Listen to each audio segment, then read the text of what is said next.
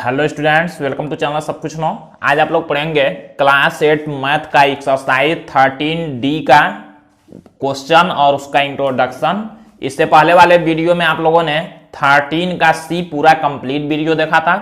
अगर आप लोग चैनल पर नए हैं, चैनल को सब्सक्राइब करिए, वीडियो को लाइक करिए और शेयर करिए और ध्यान से एक एक बात को देखिए और शेयर ज्यादा से ज्यादा करिए ताकि सभी लोग आसानी से पढ़ाई कर सकें और बेसिक चीजें सीख सकें। आप लोग पहले बेसिक सीखेंगे आप लोग, फिर धीरे धीरे एडवांस तक हम पूरा मैथ एकदम आसानी से आप लोगों को सिखाएंगे। तो यहाँ देखिए 13 का डी आप लोगों को सॉल्व करने से पहले इसमें कुछ प्रमेय है उसको याद रखना है ताकि आप लोगों को क्वेश्चन सॉल्व करने में काफी आसानी होगा। इसको याद रखना है। इसको याद क्या, बस इसको समझ लेना है। ये दो प्रमेय हमने लिख दिया है। एक तो होता है चक्रीय चतुर्भुज में सम्मुख कोणों का योगफल 180 अंश होता है, और सेकंड आप लोगों को याद रखना है कि अर्धवृत्त में बना कोण समकोण होता है। ये होता क्या, दोनों फिगर से समझ लेते हैं। पहले के लिए हम यहां पर फिगर एक बनाते हैं।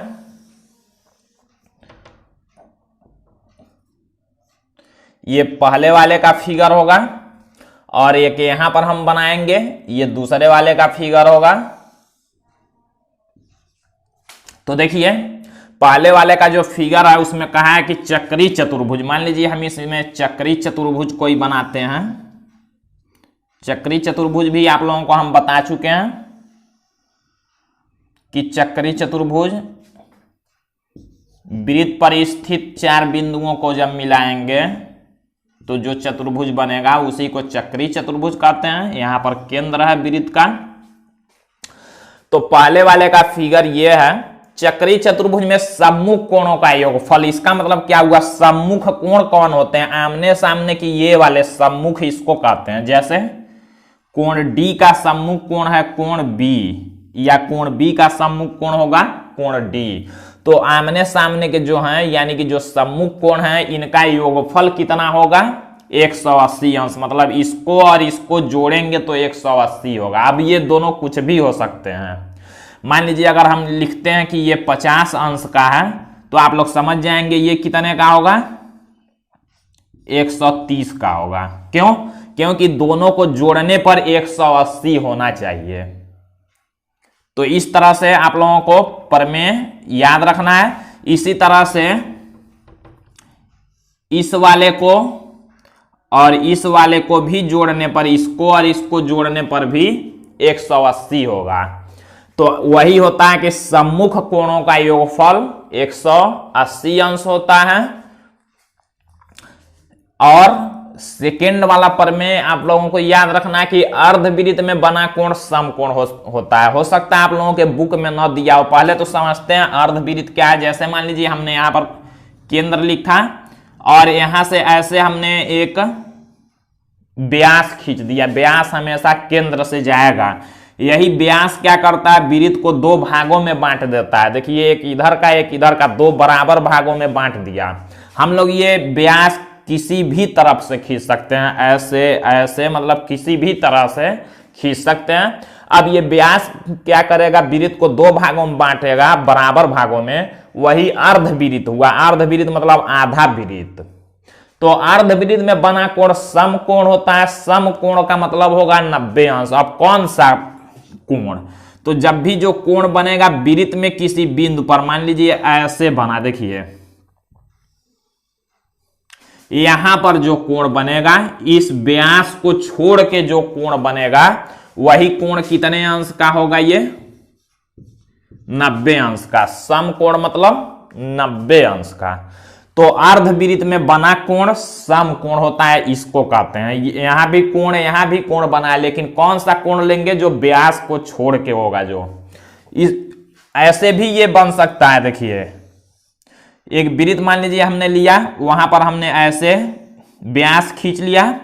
अब मान लीजिए हमको ऐसे बना देना है फिगर, तो कौन सा समकोण होगा, यहां वाला जो कोण होगा ये 90 अंश का होगा। देखिए व्यास को छोड़ के यही है। तो ऐसा फिगर कभी भी बन जाए तो आप लोग समझ जाएंगे कि यहां का जो कोण है वो कितना है, 90 अंश का है। ये याद रखना। वही अर्धवृत्त में बना कोण समकोण मतलब 90 अंश का होता है। तो ये दोनों प्रमेय आप लोगों को याद रखने हैं और इसके बाद आप लोग एक्सरसाइज अब सॉल्व करेंगे।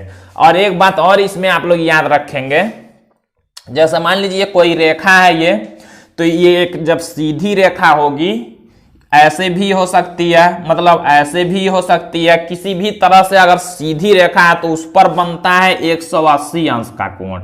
यहां से यहां तक का जो कोण होगा कितने अंश का होगा? 180 अंश का।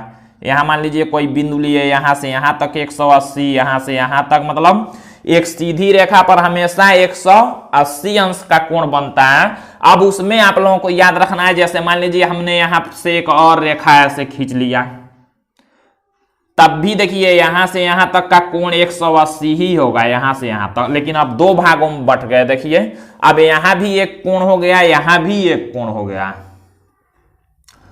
अब इसको यहां नहीं लिखेंगे, हम यहां लिख रहे हैं, जैसे देखिए 180।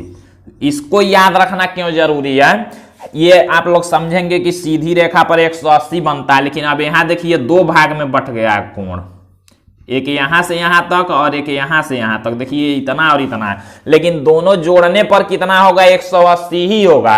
अब मान लीजिए 180 में से अगर ये कोण दे दिया 50 अंश का दे दिया, ये वाला कोण यहां से यहां तक का, तो ये आप लोग समझ जाएंगे कि एक सीधी रेखा पर 180 होता है, तो ये 150 हुआ, तो आप लोग समझ जाएंगे ये 130 होगा। बस ये याद रखना आप लोगों को। अब आप लोग एक्सरसाइज 13 का डी देखेंगे। तो देखिए यहाँ 13D का फर्स्ट और सेकेंड क्वेश्चन दिया हुआ है। फर्स्ट क्वेश्चन में विकल्प वाले क्वेश्चन है, पहले वाले फिगर को देख के विकल्प जो सही होगा उस पर टिक करना है। सेकेंड वाले क्वेश्चन में इस फिगर को देख के, और ये देखिए खाली स्थान दिए गए हैं, इनको भरना है। तो हम लोग देखते हैं। फर्स्ट क्वेश्चन दिया है पार्श्व चित्र में चक्रीय चतुर्भुज ABCD की, ये देखिए चक्रीय चतुर्भुज है, ABCD की भुजा AB को आगे बिंदु E तक बढ़ाया गया, देखिए E तक बढ़ाई गई है। बहिष्कोण CBE का मान है। देखिए क्या पूछा है इसमें, बहिष्कोण। बहिष्कोण मतलब ये चतुर्भुज जो बना हुआ है चक्री, ये तो अंदर के कोण होते हैं, और ये देखिए बहिष्कोण मतलब चक्री चतुर्भुज के ये जो बाहर कोण है इसी को कहा है बहिष्कोण। CBE देखिए जो नाम बीच में होता है उसी कोण को पूछा गया है, पूछा जाता है। तो CBE आप लोग ऐसे भी पढ़ के समझेंगे, देखिए पहले C है तो C से आए B तक, B से आए E तक, मतलब जो कोण इसके बीच में आया तो यही कोण आया बहिष्कोण। तो यही पूछा है कि ये कितने अंश का होगा। इसमें 4 ऑप्शन है, बताना है। तो पहले तो आप लोग समझेंगे कैसे लगाएंगे। हमने आप लोगों को बताया कि ऐसे देखिए यहाँ दिया हुआ है, यहाँ एक सीधी रेखा पर बनता है 180 अंश का कोण। अभी हमने बताया इंट्रोडक्शन में, मतलब यहां से यहां तक एक सीधी रेखा है, यहां तक बनेगा 180। तो 180 में से ये बताना है, अगर हमको ये पता रहे तो 180 में से ये घटाएंगे तो ये मिल जाएगा। तो ये पता करने के लिए देखिए क्या करेंगे, हमने बताया कि चक्रीय चतुर्भुज में सम्मुख कोणों का योगफल 180 होता है, याद रखेंगे इसको। देखिए ये चक्रीय चतुर्भुज है तो इसमें से यहाँ 115 दिया है और दोनों आमने सामने के होते हैं 180। तो जब ये 115 दिया है तो हम लोग ये निकाल सकते हैं चक्रीय चतुर्भुज का ये कोण, आमने सामने 180, तो 180 में से 15 घटाएंगे तो 65 अंश आएगा, ये हमारा निकल जाएगा 65। पूछा है ये बाहर वाला कोण। अब हम लोग जानते हैं पूरा यहां से यहां तक एक सीधी रेखा है और सीधी रेखा पर 180 का कोण बनता है। तो जब ये 65 हो गया तो ये कितने का होगा, 180 में से 65 घटा लेंगे तो ये 115 अंश का कोण ये हो जाएगा। ये बस सोच के और टिक लगाना है। तो 115 अंश देखिए फर्स्ट नंबर पर दिया ऑप्शन, तो इस पर टिक कर लेंगे। बस यही समझना है केवल और टिक लगाना है। अब देखिए सेकेंड क्वेश्चन दिया है पार्श्व चित्र में ABCD।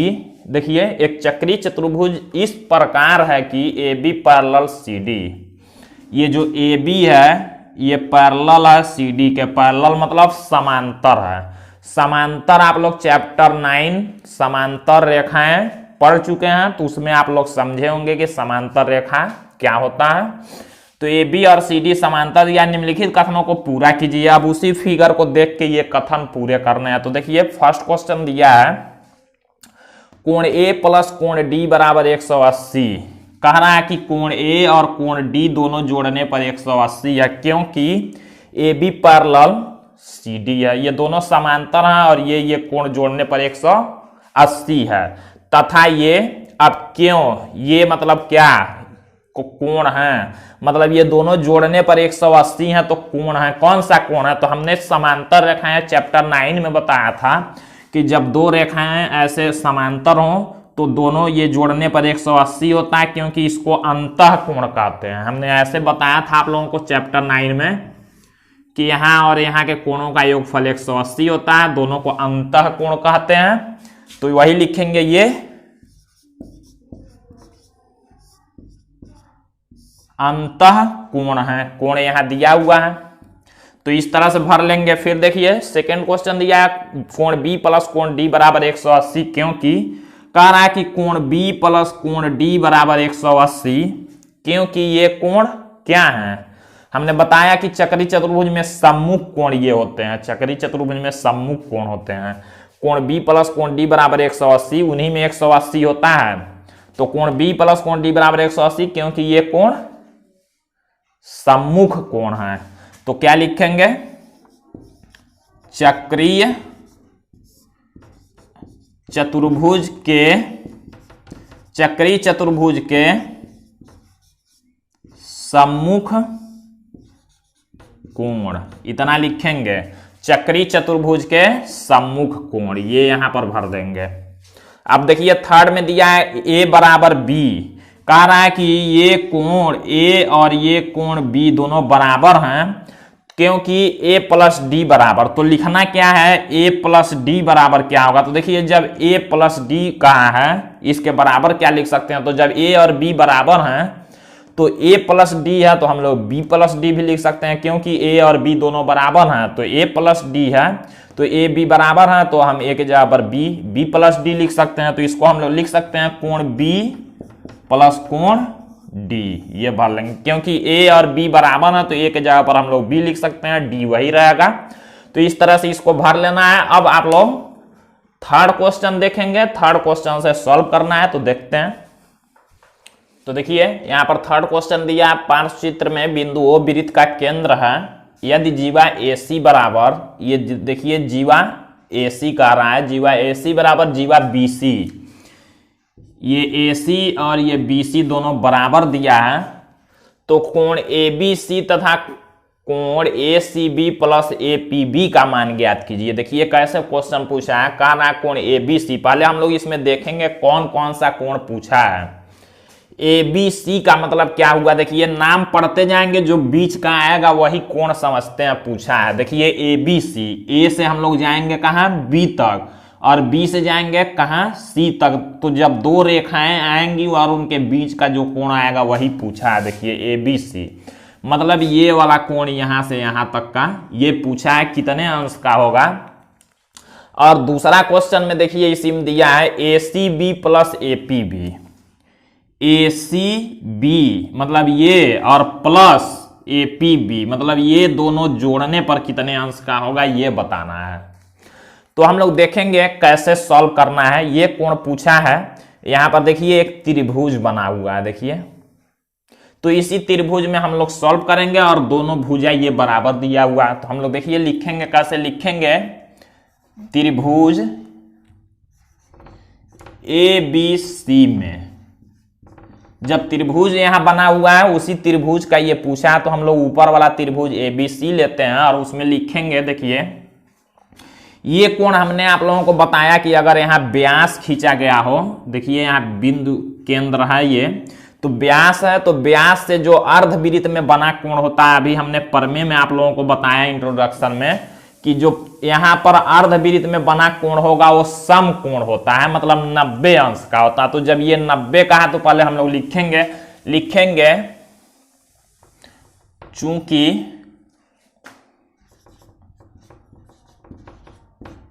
अर्धवृत्त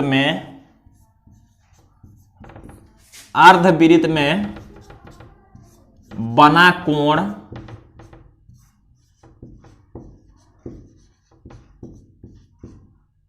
समकोण होता है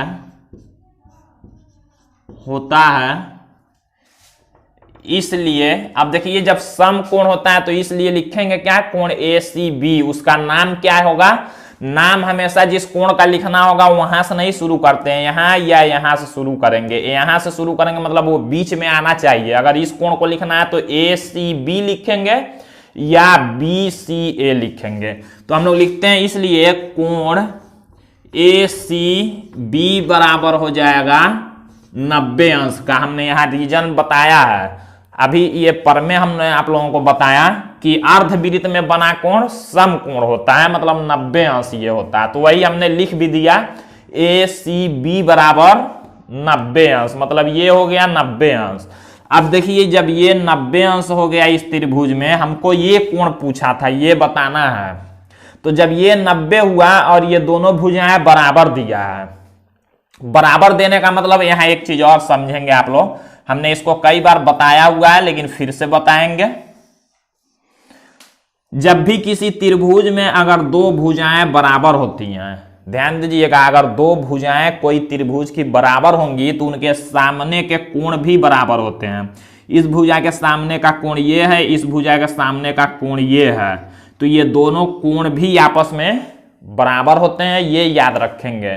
तो वही देखिए यहां दिया है, इसके सामने का कोण ये है और इसके सामने का कोण ये है, दोनों भुजाएं बराबर हैं तो ये दोनों कोण भी आपस में क्या होंगे, ये और ये दोनों बराबर होंगे। और हम लोग जानते हैं कि एक त्रिभुज में तीनों कोणों का योगफल 180 होता है, ध्यान दीजिएगा। तो जब 180 होता है तीनों कोणों का त्रिभुज में, तो ये 90 दे दिया, अब बचा 90। तो 90 में ये दोनों बराबर हैं, तो मतलब कितने कितने को होंगे, 90 में दोनों बराबर हैं तो 45 45, तो मतलब ये पूछा है तो 45 अंश का हो जाएगा। तो यही अब यहां हमको लिखना है, लिखेंगे कि चूंकि ये बराबर दिया है AC और BC, AC बराबर BC है, AC बराबर BC है, इसलिए जब दोनों भुजाएं बराबर हैं तो ये दोनों कोण भी बराबर होंगे। कोणों का हम लोग नाम लिखते हैं, लिखेंगे नाम, इस कोण का नाम लिखेंगे ABC, लिखेंगे कोण ABC, ये वाला कोण, और ये दोनों बराबर होंगे CAB बराबर कोण CAB। देखिए ये कोण का नाम हमने लिखा ABC और इस कोण का लिखना होगा तो यहां से लिख लेते हैं BAC या BAC या CAB। तो इस तरह से देखिए दोनों कोण ये बराबर हो गए और ये 90 अंश का हमने निकाला ही है। हम लोग जानते हैं त्रिभुज में तीनों कोणों का योगफल 180 होता है। तो हम लोग लिखेंगे चूंकि त्रिभुज में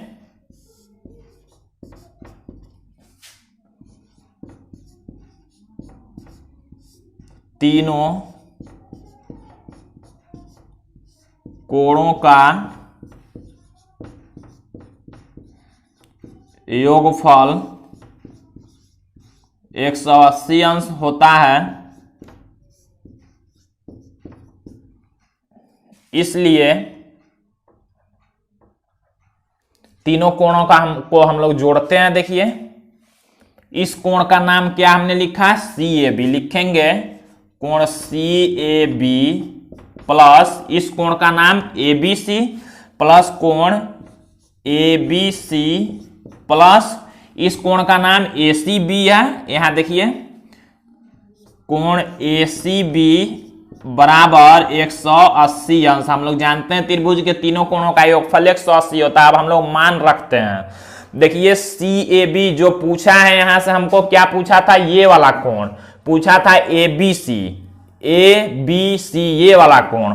तो ABC देखिए यहां है, उसको रहने देंगे, वही पूछा है, हम लोग बाकी मान रखेंगे। देखिए CAB है तो CAB और ABC दोनों बराबर हैं, तो हम लोग CAB के जगह पर लिख सकते हैं कोण ABC और प्लस इस कोण ABC यहां भी है और प्लस कोण ACB। देखिए ACB का मान 90 अंश दिया तो यहां 90 अंश लिखेंगे और बराबर 180।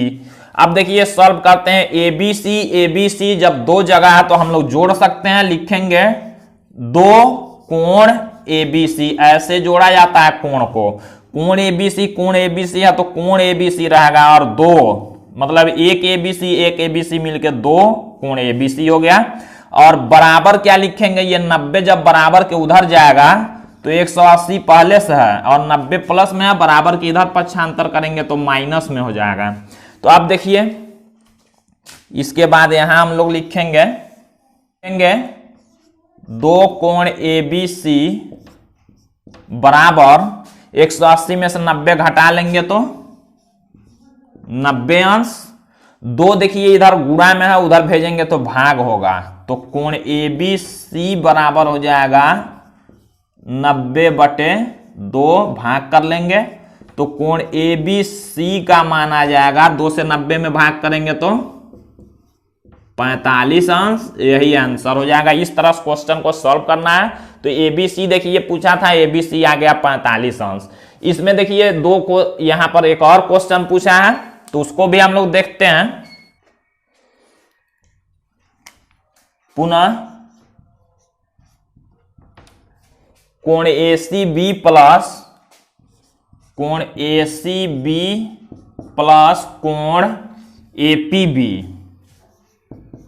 एपीबी बराबर, देखिए एसीबी और एपीबी मतलब ये और ये दोनों जोड़ने पर पूछ रहा है कितने होंगे। तो हम लोग जानते हैं, देखिए ये चक्री चतुर्भुज में सम्मुख कोणों का योगफल 180 होता है, तो ये दोनों को जोड़ने पर होगा कितना, 180 अंश। यहां लिख लेंगे क्योंकि, यहां कारण लिख लेंगे क्योंकि चक्रीय